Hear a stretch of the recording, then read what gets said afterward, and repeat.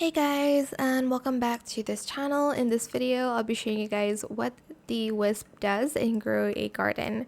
So it is a legendary pet and you can get it from the fairy shop in the fairy world.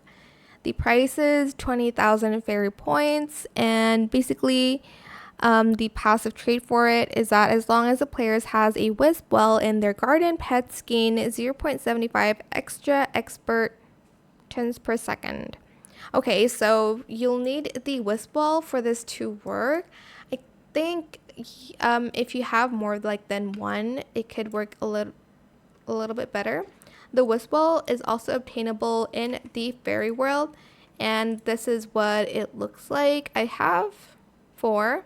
So this is what the wisp ball looks like.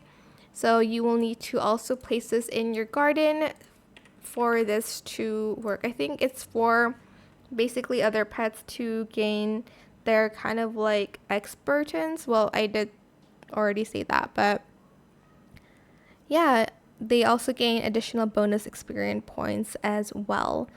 But it does not give XPs to the actual wisp itself.